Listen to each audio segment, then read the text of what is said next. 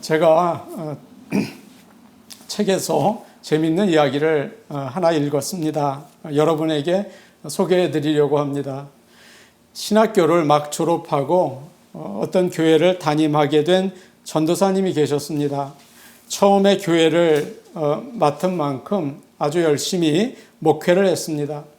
그런데 최선을 다해서 말씀을 준비해서 설교를 하는데요. 교인들의 반응이 영 시원하지 않은 것입니다. 교인들 거의 절반이 꾸벅꾸벅 설교 시간에 졸고 있었습니다. 전도사님은 고민이 되었습니다. 어떻게 하면 좋을까? 그래서 말씀을 잘 전하시는 선배 목사님 교회에 수요 예배 시간에 가서 목사님 설교하시는 것을 들었습니다. 선배 목사님은 설교를 시작하자마자 이렇게 말씀하셨습니다. 여러분, 사실 제게는 결혼하기 전에 동거하던 여인이 있었습니다. 그 여인과 오랫동안 동거를 했습니다. 그러시는 거예요. 그러자 교인들이 깜짝 놀라서 모두 목사님을 일제히 쳐다보았습니다. 목사님이 또 말씀하셨습니다. 용서하십시오. 그 여인은 바로 제 어머니이십니다. 라고 얘기를 했어요. 그러니까 교인들이 재밌다고 막 난리가 났습니다. 전도사님은 참 좋다. 서로는 저렇게 시작해야 된다. 이런 생각을 하시고 나도 저렇게 해야지. 그리고 다음 주일 전도사님이 이제 설교를 시작하면서 똑같이 시작하셨습니다. 여러분, 사실 제게는 결혼하기 전에 동거하던 여인이 있었습니다. 저는 그 여인과 오랫동안 같이 살았습니다. 그러자 교인들이 눈이 번쩍 뜨여서 전부 전도사님을 쳐다보았습니다. 하도 전도사님을 뚫어지게 쳐다봐서 젊은 전도사님이 당황을 했어요. 그래서 그 다음 할 말을 잊어버렸습니다. 그 여인이 누구냐 하면 그 여인이 생각이 나지 않습니다. 그렇게 그 서론을 해버리셨어요. 설교가 엉망이 됐겠죠. 그리고 전도사님은 그날부터 그 일을 수습하느라고 아주 고생을 하셨다는 이야기를 제가 책에서 읽었습니다. 사랑하는 여러분, 남을 따라서 해서는 안 되는 게 있습니다. 그거 따라 하면 안 돼요. 부끄러움 당합니다. 뭡니까? 그것이 바로 믿음 생활입니다. 죄를 깨닫는 것, 또 기도하는 것, 회개하는 것, 예수님을 믿는 것, 그것은 남을 따라서 하는 게 아니에요. 하나님 앞에서 진심으로 해야 하는 것이죠. 나의 죄를 깨닫고 무릎을 꿇고, 그렇죠? 진심으로 회개하는 그 귀한 믿음이 우리에게 있기를 간절히 축복합니다. 아멘. 4절 말씀을 우리 같이 보겠습니다. 4절 말씀입니다. 같이 보십니다. 4절입니다. 시작. 혹 내가 하나님의 인자하심이 너를 인도하여 회개하게 하심을 알지 못하여 그의 인자하심과 용납하심과 길이 참으심이 풍성함을 멸시하느냐. 아멘. 오늘 말씀에는 하나님의 성품이 세 가지가 나와 있습니다. 그의 인자하심, 그리고 용납하심, 마지막으로는 오래 참으심입니다. 먼저 우리 하나님은 인자하세요. 친절하세요. 하나님은 심판하실 때까지 모든 사람에게 친절을 베푸시는 분이십니다. 하나님을 미워하고 하나님의 말씀을 어기는 아주 나쁜 사람에게도 하나님께서는 해를 비추시고 비를 내리시고 또 곡식이 잘 자라게 해주세요. 여러분 그렇지 않습니까? 먹을 음식을 주시고 사랑하는 가족을 주시고 아름다운 자연을 즐기게 모두에게 허락하세요. 하나님은 이렇게 좋은 것을 주시는 인자하신 분이세요. 우리가 가지고 있는 모든 좋은 것, 귀한 것, 가장 귀한 것 모두 하나님이 주셨죠. 두 번째로 하나님은 용납하십니다. 용납한다는 말은 화가 나도 억누른다는 거예요. 화가 나도 억눌러요. 곧바로 심판하지 않으시는 거예요. 우리가 죄를 지어요. 그러면 정의로우신 하나님께서 어떻게 하셔야겠습니까? 화를 내셔야죠. 벌을 내리셔야죠. 죄를 지으면 죽는다고 하셨는데 즉시 쳐서 죽이셔야죠. 정의의 하나님 아닙니까? 그러나 하나님은 그러지 않으세요. 용납하시는 분이시죠. 창세기 2장을 보시면 하나님께서 아담에게 말씀하셨습니다. 선악을 알게 하는 나무의 열매를 먹지 말라. 네가 먹는 날에는 반드시 죽는다라고 하셨죠. 아담과 하와가 그 열매를 따먹었습니다. 그날 하나님께서 찾아오셨어요. 그런데 안 죽이시는 거예요. 그 죽이셔야 하는데 대신에 구원해 줄 거라고 약속하시면서 가죽 옷을 입혀서 에덴 동산에서 내보내십니다. 여러분, 그들은 큰 죄를 지었죠. 정말 온 인류에게 미치는 아주 큰 죄예요. 그러나 하나님께서는 즉시 벌을 내리지 않으시고 용납하셨어요. 하나님은 우리에게도 그러지 않으십니까? 우리는 하나님 참 무시해요. 하나님이 어디 있나 잊어버리고 살아요. 함부로 죄를 지어요. 함부로 말을 해요. 그러나 하나님께서는 곧바로 심판하지 않으십니다. 아멘. 참 감사하죠? 마지막으로 하나님은 오래 참으십니다. 하나님은 심판을 조금 있다가 하시는 게 아니에요. 오랜 시간 기다리고 또 기다리고 기다리세요. 얼마나 오래 참으시나요? 아담으로부터 노아의 홍수가 날 때까지 사람들이 참 죄를 많이 졌어요. 정말 그때 악했습니다. 창세기 4장을 보시면 가인이 자기 동생 아벨을 죽이죠. 그리고 4장 뒤를 보시면 라멕이라는 사람이 나와요. 그는 다른 사람이 나를 때렸는데 나는 그를 죽였다. 그러면서 자기 죄를 자랑하는 겁니다. 여러분, 얼마나 그때가 악했어요? 그래서 하나님께서는 땅에 죄가 가득하고 사람들이 모든 그 생각이 악한 것을 보시고 사람 만든 것을 후회하셨다. 얼마나 속상하셨을까요? 그러나 하나님께서는 오래 참으셨죠. 노아에게 방주를 지어라. 그리고 사람들에게 회개하라고 이야기해라. 그리고서는 120년 후에 홍수를 내리셨어요. 우리 하나님은 오래 참으시는 분이세요. 많은 사람들은 하나님께서 나에게 잘해 주시니까 그렇다. 내가 잘 사나 보다. 내가 교회에서 봉사하니까 하나님이 좋아하시나 보다. 내가 죄를 지어도 화를 내지 않으시는구나. 하나님은 사랑이시다. 기다려도 심판하지 않으시네. 심판이 없나 보다. 그러면서 하나님을 가볍게 생각해요. 오늘날의 문제, 하나님을 가볍게 생각해요. 그리고 함부로 죄를 짓는 거죠. 사랑하는 여러분, 이런 경험 해보셨죠?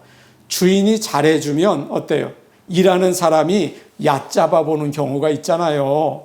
우리 주인은 참 사람이 좋아. 그러면서 몰래 돈도 훔치고 물건도 빼돌리고 시간도 자기 마음대로 사용하지 않습니까? 여러분, 이게 뭐예요? 이거 잘못이죠. 오해죠. 하나님께서 모두에게 복을 주시고 화를 내지 않으시고 오래 참으세요. 여러분, 이것은 죄를 보고 괜찮아, 내가 눈 감아줄게, 그런 게 아니죠. 오늘 우리가 읽은 4절을 보면 뭐라고 되어 있습니까? 회개하라고 기회를 주시는 거라는 거예요. 어떤 사람에게 두 아들이 있었습니다. 첫째 아들에게 아버지가 이야기를 했습니다. 아들아, 오늘 포도밭에 가서 네가 좀 일을 해라. 그 아들은 첫째 아들답게 예, 알겠습니다 그랬어요. 그리고 안 갔어요. 이번에는 둘째 아들에게 가서 같은 말을 했습니다. 그러자 그놈이 싫습니다 그러는 거예요. 그런데 나중에 마음을 바꿨어요. 그리고 포도밭으로 갔습니다. 주님께서 이제 물어보시는 거예요. 이 두 아들 가운데서 누가 아버지의 뜻대로 하였느냐? 사람들이 대답을 했죠. 둘째 아들입니다. 여러분, 둘째 아들은 처음에 아버지에게 포도밭에 안 가겠다고 했어요. 근데 나중에 갔어요. 이 왜 그런 겁니까? 무슨 일이 일어난 겁니까?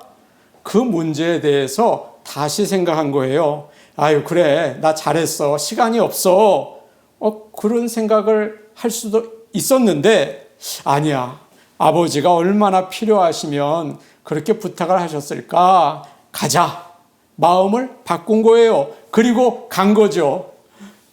회개예요. 여러분, 회개는 repent, 다시 생각한다는 거예요. 다시 생각하는 거예요. 내가 맞다고 생각을 했는데 지나서 가만히 다시 생각해 보니까 아니야.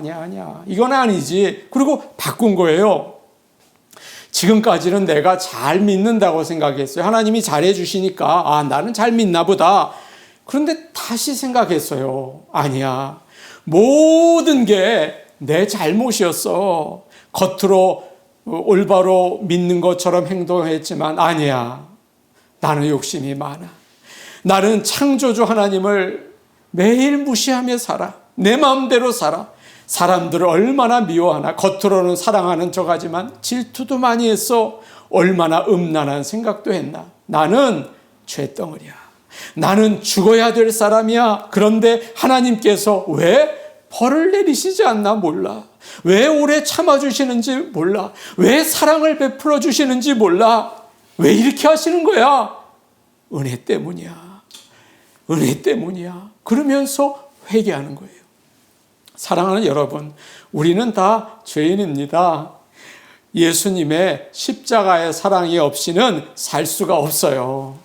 찬송가 310장 하나님의 은혜로 이 쓸데없는 자 왜 구속하여 주는지 나는 알 수 없도다. 왜 내게 성령 주셔서 내 마음을 감동해 주 예수 믿게 하는지 난 알 수 없도다. 여러분, 이것이 회개입니다. 내가 얼마나 큰 죄인이고 쓸데없는 존재라는 사실을 깨닫고 하나님의 은혜에 감사하시기를 바랍니다. 하나님은 우리가 회개하기를 원하십니다. 우리는 죄인이죠. 그렇기 때문에 이 시간 여러분과 제가 있어야 할 자리가 있어요. 여기가 아니라 지옥입니다. 그 자리에서 죽었어야죠. 우린 지옥에 있어야 돼요. 그러나 죽지 않고 저는 여기서 설교를 하고 있고 여러분은 예배를 드리고 있어요. 이것뿐만입니까? 정말 많은 복을 누리고 살잖아요. 이 모든 것은 우리에게 너 회개해라. 예수님을 믿어라. 그 하나님의 뜻입니다. 이것을 알고 주님 앞에 진심으로 회개하고 감사하는 저와 여러분이 되기를 원합니다. 아멘. 로마가 기독교를 박해했습니다. 굉장히 박해했어요. 그러자 성도들이 여러 곳으로 도망을 쳤습니다. 거기서 어려움을 당했죠. 터키에 간 사람은 땅 밑으로 15층 동굴을 만들고 교회를 세우고 거기 살았습니다.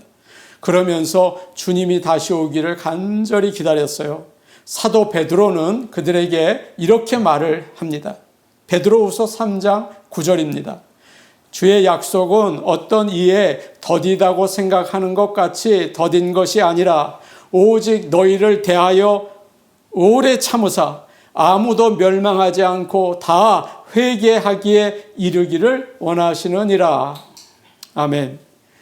야곱이 형 에서를 피해서 이제 하란으로 도망을 쳤습니다. 거기서 외삼촌 라반의 집에서 일하다가 둘째 딸 라헬을 봤어요. 너무 좋은 거예요. 그래서 결혼하게 해달라고 그냥 간청을 합니다. 삼촌은 그냥 줄 수 없다. 네가 7년 동안 봉사해라. 그날부터 야곱은 라헬과 결혼하겠다는 마음으로 7년을 봉사를 하죠. 그런데 성경에는 마치 며칠처럼 생각하며 기쁘게 일했다고 나와 있습니다. 금방 지나간 거예요. 7년이. 사랑하니까 그러는 거예요. 좋아하니까 7년이 짧은 거예요. 어떤 분은 예배가 너무 빨리 끝나요. 아니, 어떻게 목사님 설교가 시작하자마자 끝이 나요. 너무 아쉬워요. 그런 분이 가끔 계세요. 그분들 만나면 제가 날아갈 것 같아요. 그런데 다른 분들도 계세요. 예배가 왜 이렇게 깁니까? 목사님이 한 소리 또 하고 또 하고, 정말 힘듭니다. 몸을 비틀고 하품하는 사람도 있어요. 여러분, 그런 분은 예배가 짧든 길든 상관이 없어요. 내내 졸거든요. 그러니까 상관이 없어요. 어느 교인이 좋은 교인입니까? 예배 시간에 너무 빠져서 빨리 지나간다고 느끼는 사람이 아닐까요? 하나님의 말씀이 너무 좋다. 하나님을 찬양하는 게 너무 기쁘다. 금방 지나가야 되잖아요. 마찬가지로 하나님은 천년을 하루처럼 사랑하는 마음으로 기다리신다는 거예요. 믿는 자들은 주님이 언제 오시나 빨리 오셔서 이 악한 세상을 좀 심판하시고 우리를 하늘나라로 정말 인도하시면 좋겠다. 자꾸 안 오세요. 왜 이렇게 안 오세요? 실망하고 의심하죠. 그러나 주님은 우리 모두가 회개하고 구원받기를 원하세요. 그래서 긴 시간을 참고 기다리십니다. 모두 우리를 위한 것이죠. 만일 주님께서 더 일찍 오셨다면 여러분과 저는 지금 구원받지 못하고 아무것도 아닐 거예요. 하나님의 크신 사랑 감사하고 찬양할 수 있기를 원합니다. 아멘. 5절 말씀 우리 같이 보겠습니다. 5절 말씀입니다. 5절입니다. 시작. 다만 내 고집과 회개하지 아니한 마음을 따라 진노의 날 곧 하나님의 의로우신 심판이 나타나는 그날에 임할 진노를 내게 쌓는도다. 하나님께서 인자를 베푸시고 또 화를 내지 않으시고 오래 참으세요. 그것은 모두 이제 회개하기 위한 것이죠. 그런데 유대인들이 회개하지 않는 것입니다. 내가 맞다. 그러면서 고집을 피우는 거예요. 오늘 5절 말씀에 고집이라는 말이 나오죠. 이 말은 의학 용어입니다. 딱딱해지는 거예요. 그것을 뭐라고 합니까? 경화증 이렇게 부르죠. 저는 피부가 딱딱해지는 피부 경화증에 걸린 분을 보았어요. 처음에는 이 손등과 팔이의 피부가 이렇게 굳어지더라고요. 그러니까 처음에 번쩍번쩍 이렇게 바뀌어요.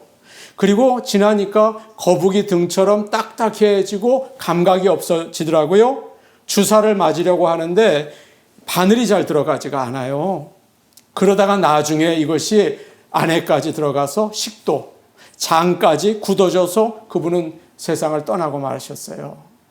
또 강경화, 동맥경화, 그렇죠? 다 같은 종류의 병이죠. 참 무서워요.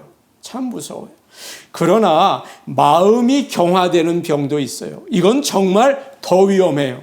이거는 생명의 문제가 아니라 지옥에 가게 하는 아주 위험한 병인 거죠. 그렇기 때문에 고집은 마음이 딱딱해지는 거예요. 하나님이 복을 주시고 화를 내지 않으시고 참아주시는데 감각이 없어요. 회개요? 하나님은 나를 사랑하신다. 회개하지 않아요. 반응하지 않아요. 이런 면에서 가장 우리가 잘 아는 사람들은 바리새인들입니다. 그들은 창녀, 세리, 죄인을 보면서 무시를 했죠. 그는 이렇게 기도를 합니다. 하나님이여, 나는 다른 사람들, 곧 토색, 불의, 간음하는 자들과 같지 않습니다. 이 세리와도 같지 아니한 것을 감사합니다. 그렇게 말했어요. 그렇게 기도했어요. 그러나 세리는 이렇게 기도합니다. 감히 눈을 들어 하늘을 쳐다보지도 못하고 가슴을 치면서 말하는 거예요. 하나님이여, 불쌍히 여겨 주옵소서. 나는 죄인입니다. 여러분, 바리새인은 자기를 바라볼 수 있는 영적인 감각을 잃어버렸어요. 고집이 있어요. 경화증이에요. 위험해요. 그러나 세리는 자기 죄를 보았어요. 하나님 앞에 나아가요. 눈물로 진심으로 회개해요. 그러니까 하나님의 은혜를 받는 거죠. 용서를 받고 성령이 역사하는 거예요. 사랑하는 여러분, 우리에게 위기가 옵니다. 뭡니까? 큰 병입니까? 부도 나는 것입니까? 그 그거보다 더 위험한 것이 있어요. 예수님 앞에서 나는 괜찮다. 나는 잘 믿고 있다. 여러분, 이것은 참 위험한 일입니다. 위기예요. 그래서 최고의 은혜가 뭘까요? 하나님의 말씀을 듣고 나의 죄를 보는 것입니다. 나의 죄를 깨닫고 진심으로 회개하는 것입니다. 그런 저와 여러분이 되기를 간절히 축복합니다. 아멘. 요즘 날씨가 이상하죠? 산불도 나고 코로나 바이러스가 세계를 흔들고 그러니까 사람들이 탁 드는 생각이 있어요. 말세구나. 그런 생각을 해요. 그런데 자세히 보시면 여러분, 자기 자신을 보면서 말세라는 사람은 별로 없어요. 자연을 보면서. 그리고 다른 사람 보면서 말세래요. 아이들이 이상한 옷을 입고 머리 색깔 빨갛게 하고 돌아다니면 그래, 말세다. 그럽니다. 뉴스에서 어떤 사람이 노인들의 연금을 가로채서 도박하러 갔다. 이런 게 나오면 그래, 정말 말세다. 어느 목사님이 라스베가스에 가서 도박을 해서 따서 감사헌금을 하셨다. 이 말을 들으면 정말 말세구나. 그래요.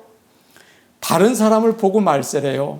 그러나 자신을 보면서 정말 이러면 안 되는데 내가 믿는다고 하면서 왜 이렇게 교만한가? 왜 이렇게 형식적으로밖에 예배를 못 드리나? 나는 돈밖에 아는 게 없나? 나는 하나님의 일은 생각하지 못하고 있나? 이래도 되는 건가? 정말 말세구나. 주님, 미안합니다. 그래야 하는 거예요. 말세는 주변을 보는 게 아니에요. 내 자신을 보고 말세구나 보는 것이 올바른 성도인 줄로 믿습니다.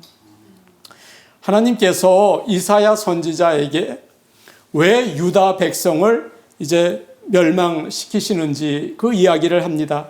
이사야 6장 9절과 10절에 이런 말씀이 있어요. 이사야 6장 9절 10절 말씀입니다. 여호와께서 이르시되 가서 이 백성에게 이르기를 너희가 듣기는 들어도 깨닫지 못하고 보기는 보아도 알지 못하리라 하여 이 백성의 마음이 둔하게 하며 그들의 귀가 막히고 그들의 눈이 감기게 하라. 염려하건대 그들이 눈으로 보고 귀로 듣고 마음으로 깨닫고 다시 돌아와 고침을 받을까 하노라 하시기로. 하나님께서 이사야 선지자에게 명령을 내리셨어요. 너는 가서 유다 백성의 마음을 둔하게 해라. 귀가 막히게 해라. 눈이 감기게 해라. 이사야 선지자가 혼란스러웠겠죠. 아니, 이거 어떡하라는 건가? 사람들에게 말씀을 못 알아들으라고 하라는 건가? 설교를 좀 복잡하고 어렵게만 하라는 건가? 설교를 좀 분명하지 않게 그렇게 하라는 건가? 이게 무슨 말인가? 혼란스러웠을지 몰라요. 아닙니다. 이 말씀의 뜻은 이사야 선지자는 하나님의 말씀을 아주 분명하게 잘 전했어요. 이사야서를 보시면 여러분 알 수 있어요. 어린 아이도 알아들을 수 있을 만큼 잘 전했어요. 그런데 유다 백성이 말씀을 듣는데 안 받아들이는 거예요. 받아들일 자세가 아닌 거예요. 그러니까 이사야는 더 쉽게, 더 분명하게 전했어요. 그런데 안 들어요. 받아들이려는 마음이 없어요. 그러니까 어때요? 말씀을 들으면 들을수록 마음이 더 딱딱해지는 거예요. 마치 진흙을 햇빛에 놓으면 이게 어떻게 됩니까? 딱딱해져요. 나중에 시멘트 같이 되죠. 죄 때문에 말씀을 들으면 들을수록 영적으로 무감각해지는 거예요. 여러분, 지금 유다 백성들이 그렇다는 거예요. 우리도 그럴 때가 많죠. 우리도 그럴 때가 많아요. 어느 목사님이 하신 말씀이에요. 그 목사님이 오래전에 결혼 주례도 해주고 정말 아끼고 사랑하는 성도가 있었답니다. 그런데 그 사람이 갑자기 자기 아내를 두고 바람이 난 거예요. 큰일이 났어요. 그래서 목사님이 그 분을 불러다가 야단을 쳤습니다. 안 되지. 믿는 사람이 그렇게 하면 되나? 당장 정리하게. 그리고 빨리 올바로 살아야지. 그러자 그 사람이 그러더래요. 당신이 뭔데 남의 일에 이래라 저래라야 그러더라는 거예요. 그러면서 대들고 조금 심하면 때릴 것 같더래요. 목사님이 너무 놀랐어요. 그래서 속으로 이 사람 내가 안 되겠구나, 포기해야겠구나, 그런 생각이 들더라는 겁니다. 그리고 속으로 그 사람에게 놈자 4개를 붙여서 이렇게 욕을 하셨대요. 속으로 괘씸한 놈, 더러운 놈, 들어도 깨닫지 못하는 놈, 앞으로 크게 후회할 놈, 그렇게 욕을 하셨대요. 우리도 그래요. 죄가 들어오면 딱딱해져요. 믿음이 마비되어요. 들어도 알지 못해요. 보아도 깨닫지 못하는 문제가 생겨요. 지금 하나님의 거룩한 백성에게 죄라는 무서운 바이러스가 들어가서 하나님을 가볍게 생각하고 믿음을 마비시키고 들어도 이게 무슨 말인가 깨닫지 못하고 알지 못하는 지경에 이른 거죠. 하나님께서는 그들에게 이렇게 경고하십니다. 성들은 무너지고 사는 사람도 없고 땅은 황무지가 될 것이다. 여러분 무슨 말입니까? 바벨론이 침략해서 BC 586년도에 이스라엘이 망하고 모든 백성은 포로로 끌려갈 것이다. 예언해 주신 말씀이죠. 하나님이 복을 주시고 오래 참으시고 말씀을 주세요. 그런데 마음은 딱딱해요. 회개하지 않아요. 그러면 심판을 받는다. 5절 말씀, 진노를 내게 쌓는 거다. 영원히 벌을 받는다. 자기가 죄인인 것을 알고 내가 죄인인 것을 알고, 여러분 그건 엄청난 은혜예요. 겸손히 주님께 감사하며 주님만 섬기는 저와 여러분 되기를 원합니다. 사도행전 2장을 보시면 오순절날 성령이 제자들에게 임했습니다. 이때 베드로가 사람들 앞에서 용감하게 복음을 전했어요. 너희가 십자가에 못 박은 예수를 하나님께서 주와 그리스도가 되게 하셨다라고 했어요. 너희가 십자가에 못 박은 예수를 이라고 얘기했죠. 그러자 사람들이, 거기에는 예수님을 십자가에 못 박으라고 외친 사람도 있었고 예수님을 조롱한 사람도 있었는데 그 말을 듣고서 모두 마음이 찔렸어요. 찔렸다 이렇게 성경에 되어 있어요. 형제들아 우리가 어찌할꼬 하면서 죄를 보고 회개하기 시작한 거죠. 여기서 찔린다는 말이 너무도 귀한 말이에요. 찔린다는 말은 말이 발굽으로 땅을 판다는 거예요. 말이 막 파지 않습니까? 그리고 심장을 칼로 찌른다는 거예요. 베드로가 설교할 때 그 말씀이 사람들의 심장을 푹 찔렀어요. 여러분 중에서 그런 생각을 하시는 분이 계실지 모르겠어요.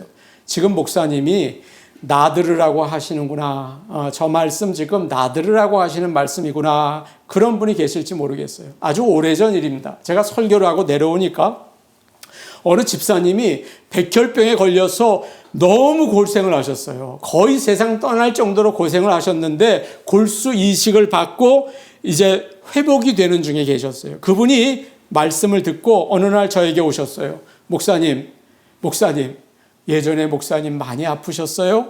아니요. 그런데 어떻게 제가 침대에서 그렇게 눈물 흘리던 마음을 아셨어요? 그렇게 얘기했어요. 제가요, 그 성도님의 얘기를 듣고 소름이 끼쳤어요. 여러분, 제가 어떻게 알겠습니까? 그분의 아픔과 그분의 괴로움을 어떻게 제가 알겠습니까? 아무것도 모르죠. 그러나 하나님의 말씀이 칼이 되어서 찌르는 거예요. 어떤 사람에게는 그것이 가정을 찌를 때도 있고, 어떤 분에게는 그 지갑을 찌를 때도 있고, 어떤 분에게는 음란한 생각을 찌를 때도 있고, 질투 많은 마음을 찌를 때도 있어요. 갑자기 찔리는 거예요. 그러면 어떻습니까? 욱하죠. 욱이에요. 어떻게 해야 하나? What shall I do? 그런 말이 나오는 거예요. 사랑하는 여러분, 이것이 회개입니다. 찔려야 하는 거예요. 그저 들어도 그 말씀이 그 말씀이다. 그러면 여러분, 우리의 마음은 고집이 있고 회개하지 않고 딱딱해져서 우리는 정말 진노를 머리 위에 쌓고 사는 사람이 되는 것입니다. 사랑하는 여러분, 오늘 이 시간 하나님께서 우리에게 은혜 주시기를 원합니다. 하나님의 말씀이 나를 찌르기를 원하는 거예요. 그래서 내 죄를 보며 What shall I do? 나는 이거 어떻게 해야 하는가? 회개할 수 있는 역사가 일어나기를 원합니다. 이것이 바로 하나님의 은혜인 것입니다. 우리 죄를 바라보고 하나님을 향하여 돌아서는 놀라운 역사가 저와 여러분, 우리 교회에 있기를 간절히 축복합니다. 아멘. 우리 같이 기도하시겠습니다. 사랑과 은혜가 많으신 아버지 하나님, 하나님은 사랑이 많으시다. 참 친절하시다. 내가 잘못해도 그걸 눈 감아 주시고 화내지 않으신다. 나는 하나님의 백성이기 때문인가 보다. 또 하나님은 이렇게 오래 참으신다. 그러면서 하나님, 우리가 우리의 죄를 보지 못하고 나는 신앙생활 잘하고 있다. 그런 착각과 오해에 빠져서 아버지 죽을 수밖에 없는 죄인이라는 사실을 잊어버리고 신앙생활을 할 때가 있습니다.